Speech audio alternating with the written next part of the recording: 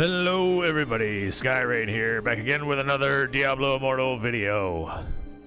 It is time for the massive patch notes list that we've gotten, which is to be expected considering all the amount of leaks that we've gotten for quite some time along the way. Some of the things have finally come to light, so let's go ahead and obviously jump into it. Let's go. Hoo boy, alright. I'm going to try to... There's a lot of stuff that we're getting the same old events back again. So that can be just passed, obviously, really quickly.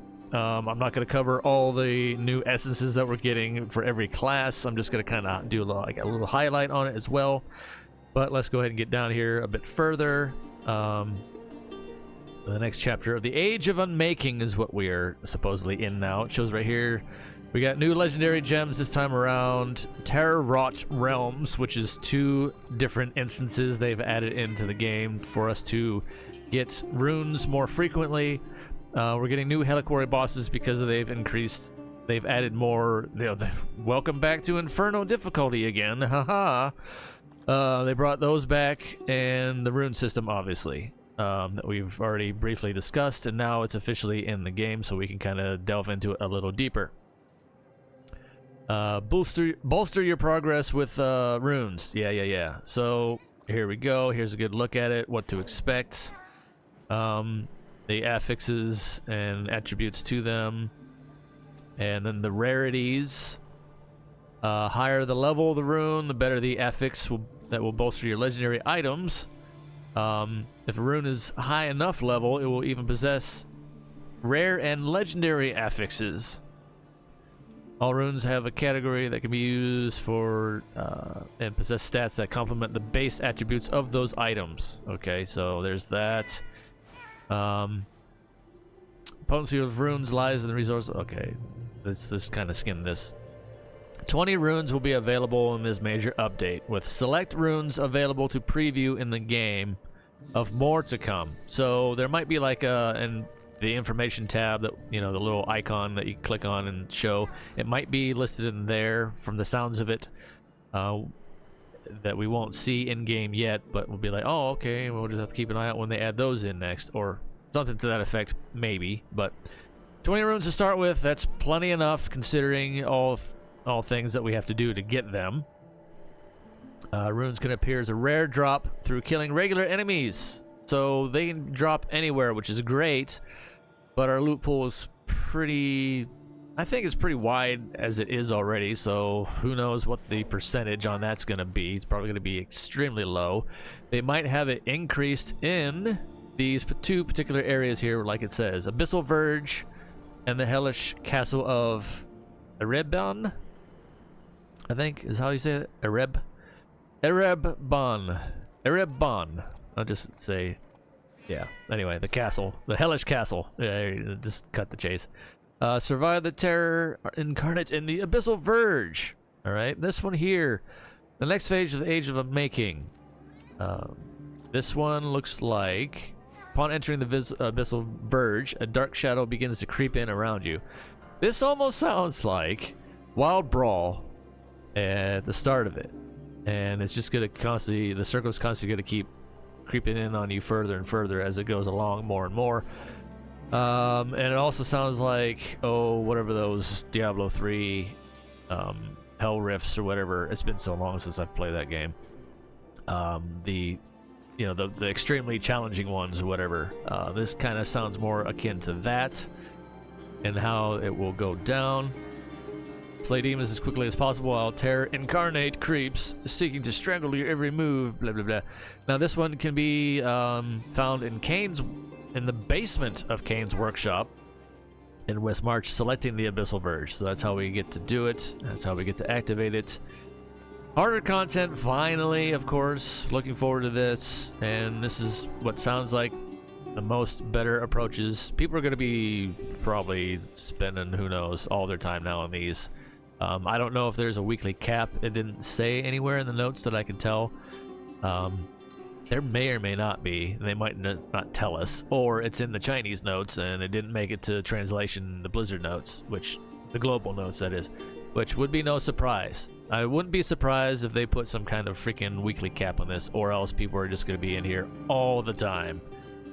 Just doing this over and over and over, more so than dungeons now at this point, the sounds of it. However, there is a new green set being released into the game as well, so there's that to consider. But then again, we'll probably just use our wisps to craft those if we really want that. So, all right, so there's that. That's kind of what it looks like. There's, oh yeah, you can see the shadow creeping in. Kind of, yeah, again, that's more of a fog from the Wild Brawl than it is the Warband Castle Defense more than anything. That's definitely Wild Brawl fog bringing in. So yeah, there's that one. Let's see. Now, let's see. You take damage until you die, basically. And the Terran track your total kills. Once the darkness has all but covered any potential, yeah, see, it's just a constant circle that's going to be closing in on us the entire time. The final boss will spawn in an attempt to put you out of your misery, kill the boss, and flee through the portal. And there you go. So that's the idea behind that premise. Now, survive castle, no, the Hellish Castle, okay? The artwork's always cool, but it's a pity it doesn't really translate fully into the game, but whatever. As most cases with any game, that is. Alright, this one here, you have to uncover hidden chests. And the more you unlock, the closer you get to you increase the danger level. And of course, harder bosses, or harder fights as you continue unlocking more of the hidden chests. But you want to unlock those hidden chests. You get a danger meter. And then once you reach 6 of 8 in your danger meter, the final chest will spawn, which is obviously what you want. So you want to find those chests as fast as you can. And so that's probably going to be the play here. Find the chests as fast as possible, kind of ignore most of the mobs at the outset, kill only the ones you really have to, and then you want that final chest to spawn. You will have only a short amount of time to search for the castle for the last concealed chest, during which an avatar of terror hunts you down, which looks like I think that's what it is, which is crazy. And I'm guessing if it's an avatar of terror, I would be surprised if that thing's completely immune to all damage and you just have to run to avoid it the entire time while it chases you down, looking for that last chest. Should you perish within the castle walls, you will only receive a portion of the rewards from the final chest. However, leaving the castle will grant you all of the spoils if you manage to emerge alive. You may earn items that include our newest pool of affixes, as well as new runes for your trials. Yeah, so they added some more affixes into the game as well.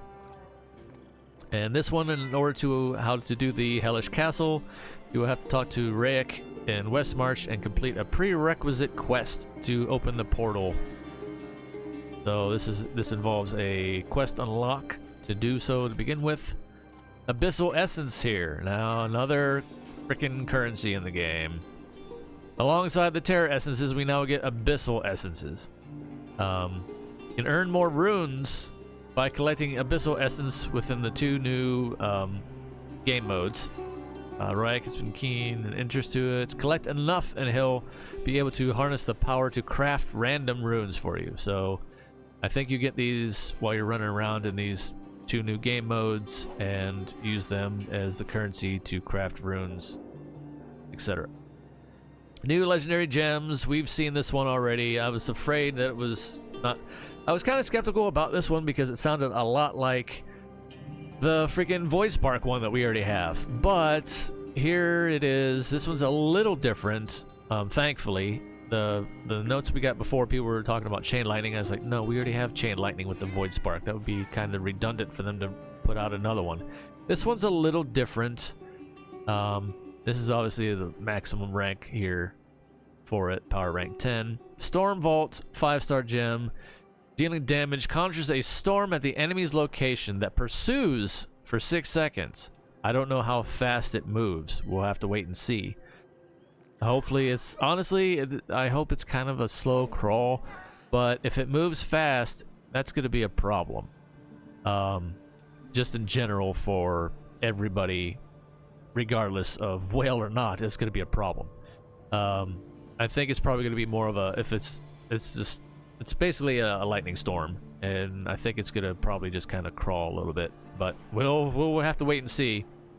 For 6 seconds, it pursues the enemy as well, continually damaging or dealing 50% base damage plus, you know, X amount, whatever, to all nearby enemies. Cannot occur more often than once every 20 seconds. That's a short cooldown considering what it does. Again, I hope it doesn't move too quickly, because that's just going to be on top of the gem throw up of abilities that we have in the game already as it is in Battlegrounds. It's just nothing but a mess. This is hopefully not going to add to it too terribly anyway, but we'll have to wait and see on that one. Moss Thorn 2-star gem. This one activates a Moss Thorn, so you're making the little familiar puff. Brush puff. Let's see. While active, each attack you receive triggers a retaliatory piercing thorn. So thorn damage. Okay, no more than once every 0.5 seconds. It activates Moss Thorn for 6. Oh, it only stays active for 6 seconds, so it's like a mini summon. Most of the summons, I think, usually last for 6 seconds, unless you have the beneficial effect duration increase, so to speak. Dealing 50% damage. Can I activate more than once every 20 seconds? And that one as well. That seems to be the standard quo for all of these anyway. While it is active, damage you take is reduced by 8%.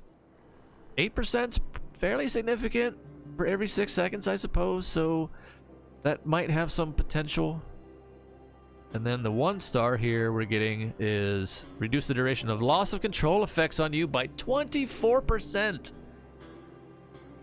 Okay, while suffering loss of control, the damage you take is reduced by 4%. Now that's max rank 10, but it's a 1-star, so that's fairly nice. Reduce the loss of control effects on you by 24%. Yeah, CC is basically gone. Not just with this gem, but in general, as far as like the overall Battlegrounds, it seems, which is really funny because we're getting a lot of ice-based freeze stuff to complement the new set piece that's coming out, and I don't really know how that's going to really translate. Because, well, I don't think this... Well, some of the set items have been strifed. So I would assume in Battlegrounds that would still be the same case with the new set they're releasing here. But with the Tempest immune puddles that are all over the place, they're worse than the Satyr bubbles. Granted, they don't follow the player, but they're big enough and they stay in there long enough that they can be immune to all damage and immune to all dots. And it's also a Condi cleanse with that Wind Walk if they stack their essences correctly, which a lot of them are at this point, which it was only a matter of time before that was going to happen. If you haven't seen it already, there you go.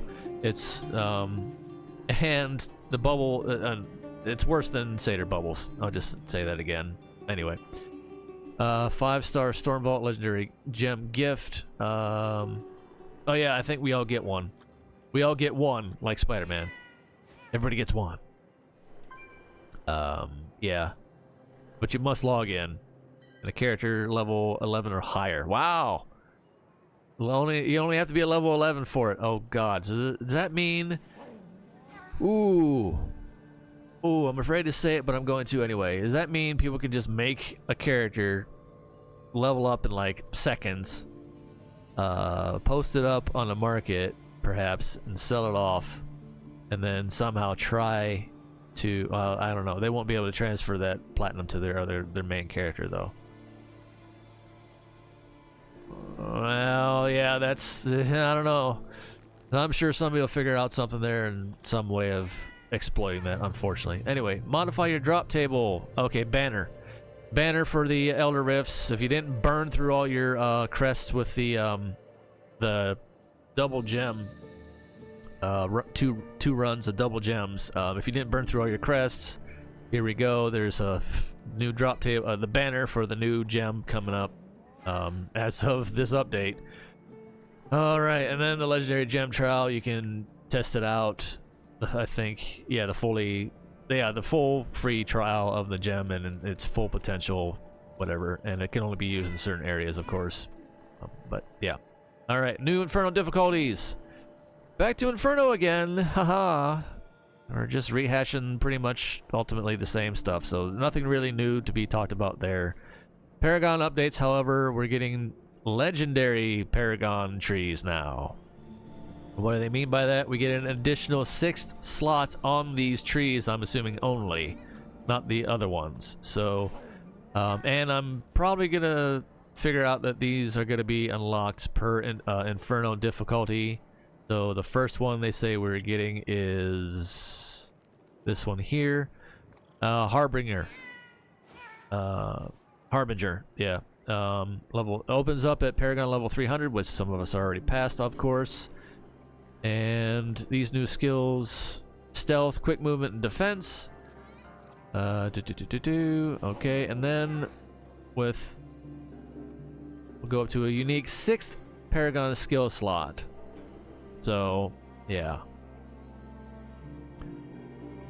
That's that one. New magic affixes being added in with the 2 new stages of gameplay here. The affixes center around 7 unique traits that complement any build. The new affixes can boost your skill range, increase your movement speed, maximize your dash skills, reduce incoming damage, and more. They can also stack up to 3 times to increase their potency. Additionally, they're rare affixes that take the base affix potential to the max. Players can find these affixes on items dropped in the 2 new areas of content here. So, yeah, we're basically gonna be farming the new stuff, like over and over and over and over and over, as long as there's no weekly cap on it. That remains to be seen, and they didn't list that here in the notes on global, but I feel like there's something that got lost in translation, as there always is. So we'll just have to kind of figure that out ourselves, of course, and then it'll spread like wildfire after that, the information that is. Stormbrute oddities, Phantom Gallery. We're skipping all that. It's Phantom Gallery. You know the deal by now. It's not important. Resonance system updates. This one kind of sucks. As you can see here, they're basically just deepening the pit for the whale trap. I will say that right now. They're just basically deepening the pit for the whale trap, because this is the whale trap from the game since outset. They're just making it deeper, literally. Introduce a new resonance system that allows you to use up to 16 legendary gems of your choice and unlock 2 new sets of wings. It unlocks the 8,000 resonance and allows you to slot up to 16 legendary gems now for it, and provides resonance greatly reduced. Oh, and provides resonance at greatly reduced power. How does that make any sense? Oh, yeah. Yeah, that's funny. And at 10,000 resonance level, each class will also unlock a unique ultimate skill. So you're getting a unique ultimate skill, but you have to be a Kraken whale. Isn't that nice? So that's unattainable by everybody else in the game. So not sure how I like this approach. I mean, obviously, the resonance levels already were, going to be unattainable by the mass majority of the player base. But if they're getting a unique skill here at 10,000 plus resonance, which some have already, which if, they put all their stuff on and wear it at actual max, which will be more enticing for them to do so, I guess, at this point, to do that again, because a lot of them have smurfed down because a lot of the 5-star gems, their abilities were pretty terrible, and that's why a lot of people run the 2 stars, and that's why you had a lot of the so-called smurfing to an extent. Some abuse it more than others, but yeah. And then of course their secondary stats are still of whale status, which is a whole nother ball of wax. All right, and there's what that looks like. Obviously, new wings can be unlocked at resonance 9,000 and resonance level 11,000. So there you go. Blech. Now, here we go. Dawning Echo. Dawning Echo changes. This is very important for the rest of us. Okay.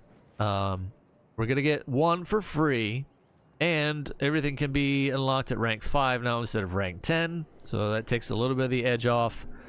Granted, the 1-star gems were not too terrible to get to rank 10, but hey, most of us run 2-star gems because they're pretty good. So, seeing as how those aren't too terrible as well to get to rank 5, this is nice. And look at this. Dawning Echoes can now be purchased for only 10,000 platinum. However, the market is in a pretty terrible state as far as trying to make sales anymore, so that's obviously probably as intended with their changes they made before this came out. Big shocker there. But if you are lucky enough to make some sales on the market and build up your platinum, you don't want to go too crazy on these because you only need so many of them. And, you know, some are better than others, but if you really want to go all in, then obviously you can.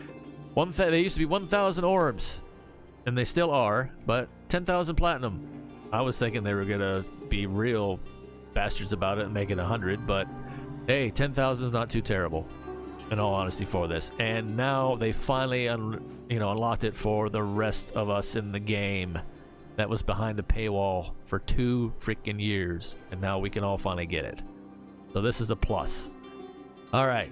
New Helliquary bosses, not much needed to be said there. Obviously, we get the Inferno difficulties added in, so we're going to get new Helliquary bosses. Plain and simple. The usual standard quo. I'm not going to go too much into this, obviously. I'm already going longer than I wanted to. But I have to give my thoughts on this every step of the way here. From a free-to-play standpoint, as always. Purge the Darkness. Limited time events. Okay, limited time events. New legendary items. I will put the patch notes in the description below here. Crack my hand on my keyboard. Yeah, you can look for it yourselves. I'm just gonna kind of obviously go down to Wizard here. A lot of ice gear has potential. Of course, they're going for more Ice Wizard madness, which is not surprising. Unfortunately, I don't know. I feel like they need to change it up. Again, it has potential depending on how I'll have to unlock all this stuff and then kind of play around with it myself and see how it feels. Because that probably coincides with the new set items right here. Prayer for Ed Winter, which is what we get the name in English and global, I guess. That's what they're going with. Got your damage is increased by 15 when attacking shield enemies and 30% when attacking frozen enemies. Again, this bosses immune to chill and freeze effects will become marked, triggering these bonuses. Oh, okay, so it does work on bosses after all. Okay, so from a PvE standpoint, that sounds great. All this sounds great, of course, every time from a PvE standpoint. However, PvP bonuses are strifed, and there's immunity to CC all over the place. Like, all over the place. And stacking of immunities with the Tempest Puddles and Satyr Bubbles, mostly the Tempest Puddles, etc. So, CC's almost pretty much, I've said already, gone out the window, so I pretty much give up on using CC at all. And you just want to try to get through, once you get through shields and all the cooldowns, burst. And that's what best you can hope for. But yeah, this, I don't know. It sounds fun, of course, and we'll just have to see how it unfolds and how it also will work. Obviously, people are going to be trying to use this in Battlegrounds. That's a given. And again, also with the ice abilities from Wizard, people are going to try those, I'm sure, and I will try as well, but I have my doubts and suspicions as per usual. When anything, the problem is, end of the day, immunity is just an issue, and it always has been, and continues to grow worse and worse and worse. So, Phantom Market, we don't care. We're past this. Obviously, if you want to spend, go for it. That's on you as individuals. Make that decision yourselves. Be smart about it, and that kind of thing. We can relive completed quests, like storyline quests, which is great if you want like a recap, or if you just want to go back and revisit the lore, because the lore is not bad. The lore is actually pretty decent. So there's that. We got new tomes to find in the world again, which is funny because I'm still stuck at like 22 out of 23 or 21 out of 22 or something weird. There's still one missing, and I don't know where it's at. I haven't looked for it. I got all the other ones done, but looks like we're getting 10 more. Tempest is now Tempest abilities are added into Survivor's Bane now when we get Survivor's Bane back again. And also they added a boss mode, which just causes bosses in there to spawn more frequently in endless mode. So there you go for that. Yeah. So yeah, that's the changes to Survivor's Bane. Returning events, Survivor's Bane, of course, Alley of Blood, the usual bits, Trials of Horde, all kinds of adventures pack, blah blah blah. Upcoming server merges in a couple weeks, it says. So that's interesting. That should be what it is to be expected. It's long overdue, honestly, at this point. So glad to see that's going to happen. Kind of mix things up. Hopefully, we'll see how that goes across the usual clans that have, usually got everything set in stone. Like, oh, we're just going to rotate and everybody's going to get their chance at Immortal and blah, blah, blah, which is honestly what's been happening everywhere. So that should be no surprise to anyone. But this might mix that up some more and see who wants to play ball and, the politics of, per usual, clan dramas, all that stuff. Start all over again, so to speak, probably. All right, Oblivion Pillar and Hellslayer bounty updates. They've said they've significantly increased the drop rates of gear. That remains to be seen. We'll wait and see for this update for that how much that's going to affect it. The update or the amount of drop rates remains to be seen as well. We don't see the percentage, so who knows what the hell they mean by significantly increase. And then, of course, for terrorists, if you do not receive a terror essence from the first, what the? Okay, look at that line right there. It's right in the middle. From terrorists, if you do not receive a terror essence from the first 3 towers you complete. Oh, somebody didn't edit this properly. Somebody didn't, yeah. Anyway, from the first 3 towers you complete. So that doesn't sound like they've significantly increased the drop chance, because that shouldn't be an issue. But they're saying if you don't happen to get one, if your RNG is that bad, I guess, you'll get a guaranteed terror essence on completing the next tower in there. So basically, you have 4 spires, and per terror rift if you burn them all down, and the last one you'll get one. That's crazy. Anyway, Paragon Tree of Life quality changes. We've seen this already. Additionally, you'll be able to more easily navigate Paragon. Oh, when playing on mobile. Okay, so that's just a little thing for mobile. Removal, and here's the part I don't like, and I don't know what to think about this. Our ancestral invocation gear, they've phased it out entirely now, it looks like. Looks like it's going to be completely removed. And in place, we're just getting cursed items. So they've completely phased out the ancestral invocations and have now gone full bore into cursed gear. Take that for what you will. Honestly, I think it sucks. I've been using the rare occasions anyway. I don't go all out on it and search for nothing but invocation gear. However, when I did get it, it was just a nice little added thing, and I would always go with the stun. Oh yeah, we all know that one's pretty powerful, but hey, considering the landscape of everything else that's going on right now, not so much anymore. But that's now gone entirely, which really sucks. So we don't get like the little Hydra, we don't get the damage boost. I think all those are going to be gone. So I think this is a big L as far as that's concerned. I don't like the sound of it, and like I said, they're replacing that equipment with cursed items now, which is terrible. So full on into cursed gear, I guess they're going with, but whatever. And then Battleground stat compression. This one's interesting again, only because they're going to be updating it, the stat compression, some more. Players above certain health and damage stats will be affected by this compression while engaging. Developer note: as previous rounds stat compression tuning earlier this year, we aimed this compression at players who far exceeded the average damage and health stats among Battleground participants. So this mode continues to be fun and allows more of our community to shine. So it sounds like no matter how much more residents you're gonna pump in for whaling out, it sounds like they're crunching it maybe more. I don't know.